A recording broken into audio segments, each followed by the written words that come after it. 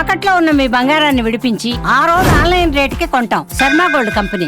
ఈ విశ్వంలో మనం ఒంటరి వాళ్ళమేనా? గ్రహాంతర వాసులు నిజంగానే ఉన్నారా?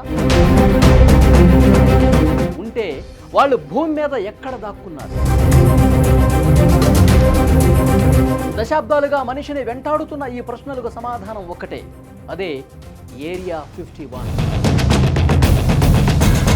అమెరికాలోని ఎడారి మధ్యలో ఉన్న ఈ ఏరియాలో ఎవరు కాలు పెట్టినా వారి ప్రాణాలు గాల్లో కలిసిపోతాయి.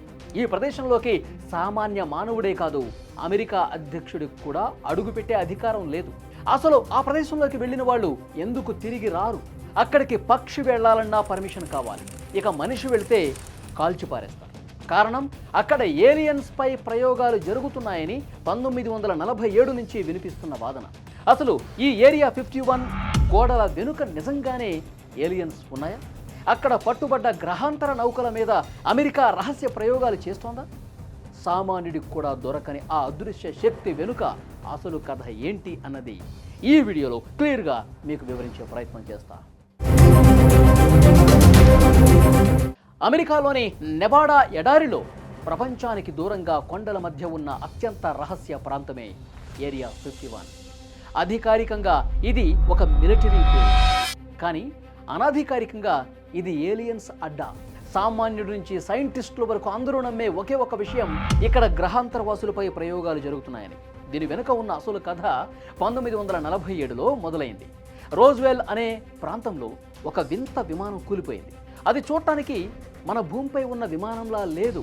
అందులో చిన్న చిన్న ఆకారాలు కలిగిన డెడ్ బాడీస్ దొరికాయని, అవి మనుషులు కాదని, ఏలియన్స్ అని అప్పట్లో పెద్ద దుమారమే చెలరేగింది. ఆ విమాన శకలాలను, ఆ డెడ్ బాడీస్ని అమెరికా ఆర్మీ రహస్యంగా ఏరియా 51కి తరలించిందని ప్రచారం ఉంది. అప్పటి నుంచి ఇప్పటి వరకు అక్కడ ఏం జరుగుతుందో ఎవ్వరికీ తెలియదు. బాబ్ లాజర్ అనే శాస్త్రవేత్త తాను అక్కడ పనిచేశానని, అక్కడ ఏలియన్స్ స్పేస్ క్రాఫ్ట్స్ ఉన్నాయని చెప్పడంతో ఈ అనుమానాలు మరింత బలపడ్డాయి.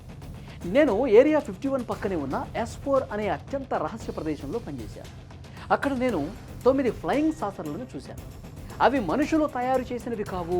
వాటి టెక్నాలజీ మన భూమి మీద ఉన్న ఏ టెక్నాలజీకి సంబంధం లేదు. వాటిలో వెల్డింగ్ జాయింట్స్ ఉండవు, నట్లు బోల్ట్లు అసలే ఉండవు. అంతా ఒకే మెటీరియల్. నేను ఆ ఏలియన్ స్పేస్ క్రాఫ్ట్ని ఎలా తయారు చేశారో తెలుసుకోవడానికి రివర్స్ ఇంజనీరింగ్ చేశాను. ఆయన ఇంకా ఏం చెప్పాడంటే, ఆ సాసర్లు ఎగరటానికి పెట్రోలు, డీజిలు ఇలాంటివి ఏమీ వాడరు. ఎలిమెంట్ 115 అనే ఒక ప్రత్యేకమైన మూలకాన్ని ఇంధనంగా వాడతారంట. ఇది గురుత్వాకర్షణ శక్తిని వ్యతిరేకించి గాలిలో నిశ్శబ్దంగా తేలేలా చేస్తుంది.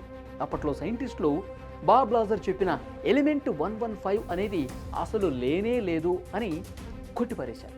కానీ ఆశ్చర్యకరంగా 2003లో రష్యా అండ్ అమెరికా శాస్త్రవేత్తలు ఎలిమెంట్ 115ను ల్యాబ్లో సృష్టించారు.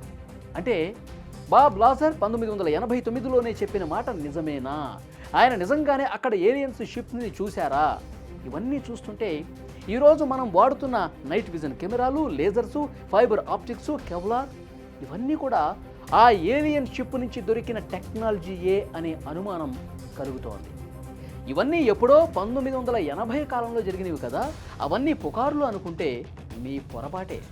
ఇటీవలి కాలంలో ఏరియా 51 చుట్టూ జరుగుతున్న పరిణామాలు మరింత ఆశ్చర్యాన్ని కలిగిస్తున్నాయి. 2024 చివరిలో ఈ బేస్ చుట్టూ వింత డ్రోన్ల సంచారం కనిపించింది.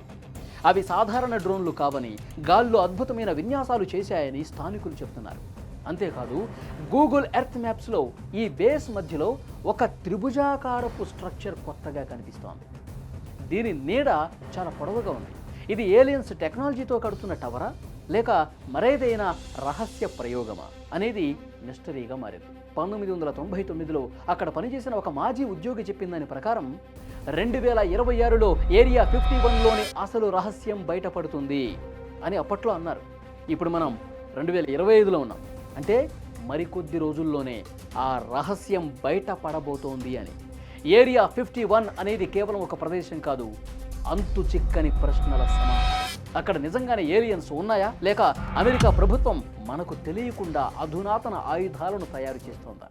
ఆకాశం వైపు చూసినప్పుడు కనిపించే ప్రతి వెలుగు నక్షత్రం కాకపోవచ్చు. ఒక్కసారి ఆలోచించండి, మనం ఈ అనంత విశ్వంలో కేవలం ఒక ఇసుక రేణువు అంత వాళ్ళం. మనకంటే వేల సంవత్సరాల అడ్వాన్స్డ్ టెక్నాలజీ ఉన్న జీవులు నిజంగా ఉంటే అవి మనల్ని రక్షించడానికి వస్తున్నాయా లేక మన భూమిని ఆక్రమించడానికి వస్తున్నాయా? ఏరియా 51లో బంధించిన ఆ రహస్యం రేపొద్దున బయటపడితే మానవ చరిత్ర ఏమవుతుంది? దీనిపై మీరేమంటారు?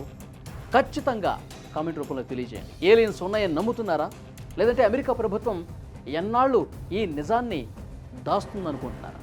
ఇలాంటి మైండ్ బ్లోయింగ్ మిస్టరీస్ కోసం ఈ వీడియోని లైక్ చేయండి, మీ ఫ్రెండ్స్కి షేర్ చేయండి. మర్చిపోకుండా మా ఛానల్ని సబ్స్క్రైబ్ చేసుకోండి. మరో అద్భుతమైన కంటెంట్తో మళ్ళీ మీ ముందుకు వస్తాను. Thank you.